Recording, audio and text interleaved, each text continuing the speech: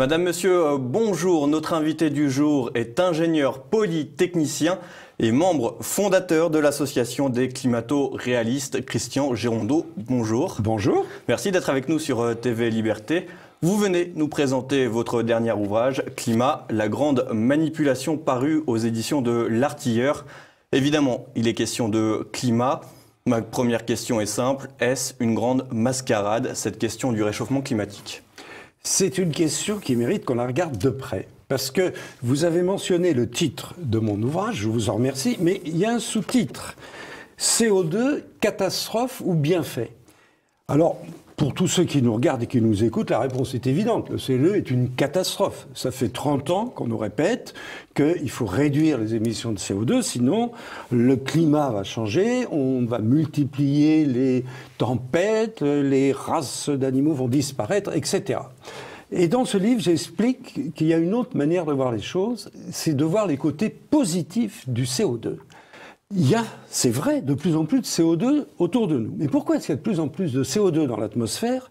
C'est parce qu'il y a de plus en plus de gens qui sortent de la pauvreté. Vous voyez, un Indien, en moyenne, émet 1 tonne de CO2 par an. Un habitant d'un pays développé émet 10 tonnes de CO2 par an. Parce qu'on utilise la voiture, parce qu'on a besoin d'électricité, parce qu'on a besoin de se chauffer ou d'air conditionné. Est-ce que vous croyez que les Indiens vont rester à 1 tonne? Bien sûr que non. Les Indiens ont des problèmes terribles. Il y a 400 millions d'Indiens qui n'ont pas l'électricité, avec des conséquences dramatiques. Donc, ils sont en train de construire des centrales à charbon, à gaz, etc. Et ils voudront aussi voyager. D'ailleurs, on sera heureux de les avoir comme touristes. Donc, les émissions de CO2 vont continuer à augmenter parce que l'humanité sort de la pauvreté. Alors, le fait qu'elle continue à augmenter, c'est pas moi qui le dis, c'est la fondation Nicolas Hulot. Vous avez entendu parler de la COP 21. La COP 21 devait voir comment on allait réduire les émissions de CO2. La fondation Nicolas Hulot a regardé les projets de tous les pays. Et elle est arrivée à quelle conclusion? C'est qu'il était impossible de les réduire, elles allaient continuer à augmenter au fur et à mesure que les gens sortirait de la pauvreté. Alors ça, c'est un premier côté positif du CO2. Plus de CO2, ça veut dire moins de pauvres. Il y en a un deuxième qui est complètement méconnu. C'est que plus il y a de CO2, plus les rendements agricoles augmentent. Alors, vous n'avez probablement jamais entendu parler de cet aspect des choses, mais tous les agriculteurs, tous les horticulteurs savent très bien que dans les serres, si on veut augmenter les rendements, on injecte du CO2. Eh bien, on a constaté depuis une trentaine d'années que les rendements agricoles augmentaient partout dans le monde. La faim a pratiquement disparu dans le monde, sauf dans les pays qui sont en guerre. Eh bien, une des causes, mais importante, c'est précisément qu'il y a plus de CO2 dans l'atmosphère. Et d'ailleurs, s'il fallait une preuve, il suffit de se souvenir de l'époque des dinosaures. On a tous entendu parler des dinosaures. À l'époque, il y avait une flore exorbitante, il y avait des fougères géantes. Et les dinosaures pesaient 100 tonnes. Pourquoi est-ce que la végétation était exubérante à l'époque? C'est qu'il y avait beaucoup plus de CO2 qu'aujourd'hui. Donc, plus de CO2, ça veut dire plus de végétation, et ça veut dire plus de rendement agricole. Donc, c'est un outil très important de lutte contre la faim. Imaginez-vous que depuis une centaine d'années, disons, la teneur en CO2 de l'atmosphère a augmenté de 40%. Eh bien ça, c'est très positif. Donc voilà au moins 2 aspects positifs. Plus de CO2, ça veut dire moins de gens dans la souffrance et dans la pauvreté, et ça veut dire lutte contre la faim améliorée. Alors, est-ce qu'il y a un côté négatif? Parce que, évidemment, vous n'avez jamais entendu parler de ces 2 côtés positifs, mais tout le monde a entendu dire que c'était une catastrophe pour le climat. Eh bien, il faut regarder les choses de très près, et ceux qui achèteront mon livre verront simplement 2 ou 3 graphiques. Il y en a un qui est très important. Depuis 150 ans, la température de la planète a augmenté de 1 degré. Si vous reportez ça entre 0 et 20 degrés, vous verrez que ça monte à peine. Et on nous dit, l'organisme s'appelle le GIEC, les Nations Unies, tout le monde nous dit, ça va monter de 5 à 6 degrés. Ben oui, mais ça ne monte pas en ce moment de 5 à 6 degrés.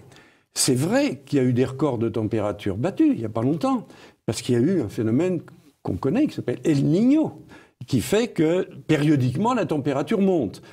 Mais ça y est, c'est terminé. Elle est montée en 2015, en 2016, elle est retombée. Et en ce moment, on est à peu près au même niveau de température moyenne mondiale qu'il y a 20 ans. Donc il y a une très légère augmentation de la température, mais on ne voit pas pourquoi ça conduirait à une catastrophe. Vous savez, entre Lille et Marseille, il y a 5 degrés de différence. Et je ne parle pas entre Stockholm et Dakar, où là, c'est encore beaucoup plus. Et là, on nous dit que parce que la température augmente de 1 degré, on va courir à la catastrophe? Non, on ne court pas à la catastrophe. Donc, moi, je conclus cet aspect des choses en disant il y a 2 côtés positifs. Les gens qui sortent de la pauvreté, et ça, c'est excellent. L'augmentation des rendements agricoles, le côté négatif, il n'a absolument rien d'évident. On peut tout à fait le mettre en doute. Vous évoquiez il y a quelques instants le GIEC, le groupe d'experts intergouvernemental sur l'évolution du climat, qui fait paraître assez régulièrement des études sur l'évolution climatique, le réchauffement climatique. Quel rôle joue justement ce groupement d'experts? Il joue un rôle central, mais il faut bien voir pourquoi il a été constitué et il faut bien voir ce qu'il dit. Commençons par ce qu'il dit. Quand je vous dis que la température a monté de 1 degré depuis 150 ans, ce n'est pas moi qui le dis, c'est le GIEC. Donc je ne vais pas contester, c'est le GIEC. Mais ce n'est que 1 degré. Rien à voir avec les prévisions apocalyptiques, c'est 1 degré. Maintenant, le GIEC, pourquoi a-t-il été constitué par les Nations Unies? Il suffit de voir ses statuts. Il a été constitué pour prouver l'influence néfaste de l'homme sur le climat. Il n'a pas été constitué pour savoir s'il y en avait une. Dans ses statuts, il a la mission de prouver l'influence de l'homme sur le climat. Je reproduis ces statuts dans le livre. Chacun peut le vérifier ou le vérifier sur Internet. Donc, c'est un organisme biaisé dès le départ et qui n'admet en son sein que des gens qui partagent sa mission.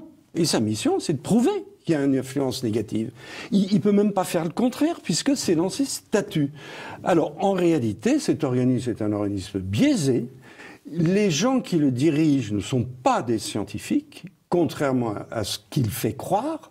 D'ailleurs, le titre français est trompeur. Le titre anglais, c'est Intergovernmental Panel on Climate Change, groupe intergouvernemental sur le changement climatique.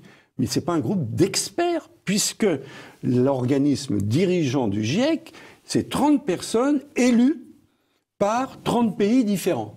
Ben, vous pensez bien qu'il n'y a pas 30 pays sur la planète qui ont des experts en climat.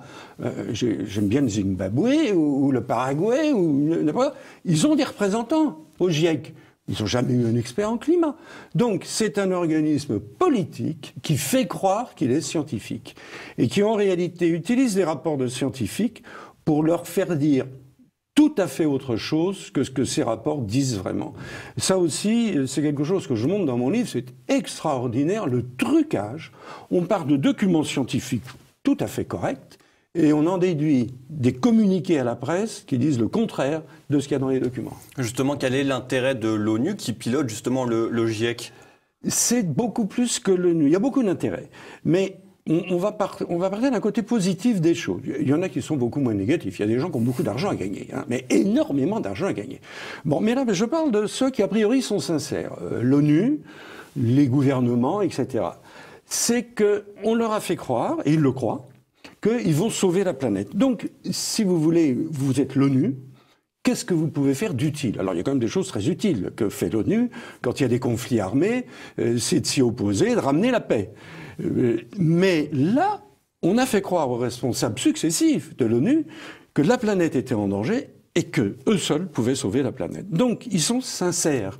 Et c'est ça qui ajoute à la difficulté de gens, comme moi, je ne suis pas le seul, hein, il y en a d'autres, qui essayent de dire la vérité, c'est qu'ils ont en face d'eux des gens sincères. Et puis alors, vous avez des gens qui croient parce que pour eux, c'est un substitut de religion, hein, c'est des ayatollahs, des gens qui disent bah, « ça y est, je suis là sur Terre pour sauver la planète », donc il y en a toujours eu. Et puis, vous avez des gens qui ont des intérêts. Les fabricants d'éoliennes, les fabricants de panneaux photovoltaïques, les fabricants d'isolants, etc., etc., tous les appareils électriques. Alors là, eux, c'est très simple, hein. Il faut savoir que le chiffre d'affaires mondial des éoliennes et des panneaux photovoltaïques C'est 280 milliards de dollars par an, c'est plus que l'industrie automobile. C'est un lobby écologiste? C'est un lobby qui se part d'écologie, mais qui n'est pas du tout écologiste, mais qui, au nom de l'écologie, vous explique, par exemple, qu'il faut couvrir la France d'éoliennes et de panneaux photovoltaïques. C'est quand même extraordinaire. Nous avons des centrales qui sont amorties depuis longtemps, et nous sommes le premier exportateur mondial d'électricité. Donc, on a plutôt trop d'électricité. Pourquoi faut-il nous couvrir le territoire d'éoliennes, de panneaux photovoltaïques, et maintenant en mer? Pas les panneaux photovoltaïques, mais les éoliennes, on les met en mer. On a déjà dépensé 50 milliards d'euros pour ça. Et on continue. Alors on va arriver à la situation allemande. En Allemagne, le tarif de l'électricité, il est double du tarif français. C'est vraiment ça qu'on veut? Et pourquoi? Puisqu'on a une électricité qui n'est pas chère, complètement amortie, et on nous fait croire qu'on va pouvoir remplacer des centrales nucléaires, par exemple, ou d'autres, par des éoliennes qui fonctionnent en moyenne un quart du temps, et des panneaux photovoltaïques qui fonctionnent 13% du temps. Qu'est-ce qu'on fait quand il n'y a pas de vent, il n'y a pas de soleil? Il faut tout avoir en double. Évidemment, puisqu'on ne va pas arrêter les usines et on ne va pas arrêter de s'éclairer. Et donc, si on a tout en double, à la fin, l'électricité coûte 2 fois plus cher. C'est assez logique. Les pays développés émettent beaucoup moins de CO2 que les pays en voie de développement ou les pays qui commencent à être industrialisés, comme la Chine, l'Inde, le Pakistan. Et ces pays, justement, qui développent cette culture de la consommation d'énergie, ont tout de suite dit on n'arrêtera pas, il faut qu'on se développe. Est-ce que justement les pays occidentaux hyper développés peuvent avoir une influence pour stopper cette consommation de la Chine, de l'Inde et du Pakistan? Aucune, bien entendu. Autrefois, mais il n'y a pas encore très longtemps, les émetteurs principaux du CO2, le fameux gaz carbonique, c'était les pays développés. C'est fini. Les émetteurs principaux, c'est la Chine, c'est l'Inde, c'est l'Afrique, c'est l'Amérique du Sud. L'Europe, par exemple, émet 10% du total mondial du CO2 chaque année. Imaginez qu'on arrive, ce qui est évidemment impossible, à ce qu'il n'y ait plus aucune émission de CO2 du fait de l'Europe. Quel serait le résultat? À peu près nul. Ça veut dire que la concentration qu'on envisage pour 2100, la concentration de CO2, elle serait atteinte en 2102 ou 103. C'est-à-dire que l'impact serait nul. Donc nous dépensons, nous les Européens et les Français, des sommes considérables pour quelque chose qui ne peut avoir aucune influence. Mais c'est ainsi, c'est à la mode, puisqu'on a vu que même au sein du gouvernement français, mais c'est vrai dans les autres gouvernements, on a des gens qui représentent l'écologie, qui croient de bonne foi, qui vont faire quelque chose d'utile, alors qu'en réalité, c'est très néfaste. Parce que qu'est-ce qui paye tous ces surcoûts? C'est pas les riches, c'est les pauvres. Soit les pauvres dans les pays développés, soit les pauvres en Afrique qui n'auront pas d'électricité, parce qu'on leur explique qu'il faut faire des éoliennes, alors que la seule manière pour qu'ils aient de l'électricité, c'est de faire des centrales, soit nucléaires, mais ça pour quelques pays, soit à charbon ou à gaz. Alors, heureusement, on n'a pas lieu d'être trop inquiet, parce que tous les pays riches leur donnent beaucoup de conseils aux pays en voie de développement, mais ils ne les écoutent pas. Ils ont raison, parce que eux, ils savent quelle est la situation des populations qui n'ont pas l'électricité, qui n'ont pas la possibilité de se déplacer parce qu'il n'y a pas de route, il n'y a pas de voiture, et eux, ils le savent très bien. Donc, ils n'écoutent pas les conseils qu'on leur donne. Mais malgré tout, ça fait quand même beaucoup d'argent gaspillé. L'écologie s'est imposée dans le débat politique et symbolisée évidemment par la COP21 qui a eu lieu à Paris et la COP22 du côté de Marrakech. Pourquoi avoir organisé ces deux COP ? Vous avez remarqué qu'il y en a une qui s'appelle 21 et l'autre 22. C'est qu'il y en a une chaque année. C'était la 21e et la 22e. Chaque année, vous avez 10, 20 000, 30 000 personnes. Alors les ONG, les médias, les représentants des gouvernements, d'administrations, qui se réunissent pour voir, ça fait plus de 20 ans que ça dure, comment on va réduire les émissions de CO2. Et l'année d'après, ces mêmes personnes se réunissent, comme elles l'ont fait à Paris, et constatent que c'est impossible. Parce que les Chinois, les Indiens, enfin la masse de la planète, les pays développés, c'est 1 milliard d'habitants, il y a 7 milliards d'habitants. Eux ont besoin de se développer et la masse de la planète va émettre de plus en plus de CO2. Alors bien sûr, il ne faut pas gaspiller l'énergie, personne n'a jamais dit ça, mais ne nous leurrons pas, la première industrie automobile du monde, elle est où? Elle n'est pas chez nous. Elle n'est pas chez nous, mais elle n'est pas en Europe, elle n'est pas en Amérique, elle est en Chine. La première industrie maritime, elle est en Chine, ou en Corée un peu. Et puis vous pouvez continuer comme ça, et vous inquiétez pas pour l'aviation. Ils sont en train de commencer à construire des avions. Ils ne vont pas, pour nous faire plaisir, rester chez eux, ne pas se développer, ne pas bénéficier du progrès. C'est un débat sans fin, sans conclusion? Non, c'est un débat qui va s'achever. La raison va l'emporter. Alors, c'est vrai, c'est étonnant que c'est duré aussi longtemps, parce que ce que je vous dis, c'est pas très original. Moi, vous l'avez pas entendu, parce que généralement, il y a un blackout médiatique ou politique. Mais il y a des dizaines, des centaines de scientifiques qui disent ce que je dis. C'est du bon sens. On ne va pas arrêter les pays de se développer, on ne va pas les empêcher. Ils vont donc émettre plus de... L'Agence internationale de l'énergie publie chaque année des rapports où elle dit ce que je viens de vous dire. Mais ça ne franchit pas, je dirais, le mur du bien-pensant, du politiquement correct. Ça va y arriver un jour. Donc, et puis peut-être que ce livre, parmi d'autres, il va être en anglais bientôt, il contribuera. Mais encore une fois, ce n'est pas original. C'est simplement le constat de mon sens. Le CO2, c'est le résultat du progrès, du développement de la planète et de l'humanité. Les inconvénients, honnêtement, on ne les voit pas. Si, alors tous les enfants ou tous les parents vous diront que les ours blancs vont disparaître. Bon, ça, c'est une vérité parfaitement établie et parfaitement fausse. Il y avait 8000 ours blancs il y a 30 ans. Pourquoi il y en avait si peu? C'est parce qu'on chassait. On a arrêté la chasse. Il y en a 25 000 aujourd'hui. Et on vient de rouvrir la chasse. Parce que les Esquimaux, être envahis, voir leur village envahi par les ours blancs, c'est pas terrible. Et tout le monde vous expliquera que c'est une espèce animale en danger. Donc, il va falloir petit à petit qu'on rétablisse la vérité. C'est un des buts de cet ouvrage. Et justement, il y a 2 chefs d'État qui sont également climato-sceptiques. Oui. Donald Trump, président des États-Unis, Vladimir Poutine, président de la Russie, sont climato-sceptiques. Pourquoi s'opposent-ils justement à ce réchauffement climatique? D'abord, évidemment, on ne choisit pas dans un combat, c'est peut-être un mot, mais enfin, on ne choisit pas ses alliés. Ce ne sont pas les meilleurs à choisir quand on s'appelle Donald Trump et Vladimir Poutine. Alors pourquoi? Pour 2 raisons différentes. Vladimir Poutine s'est appuyé sur l'Académie des sciences de Russie. Ce sont quand même des gens d'un certain niveau qui lui ont dit exactement ce que je vous dis. Il n'y a aucune relation entre la présence de CO2 dans l'atmosphère et le climat. On n'en voit pas. Le climat, il a toujours changé. Du temps de Louis XIV, la Seine gelait. La mer gelait du temps de Louis XIV. Du temps du Moyen-Âge, la végétation était meilleure qu'aujourd'hui, le climat était plus doux, et d'ailleurs, les Vikings ont colonisé le Groenland, qu'ils appellent Greenland, parce qu'il était vert.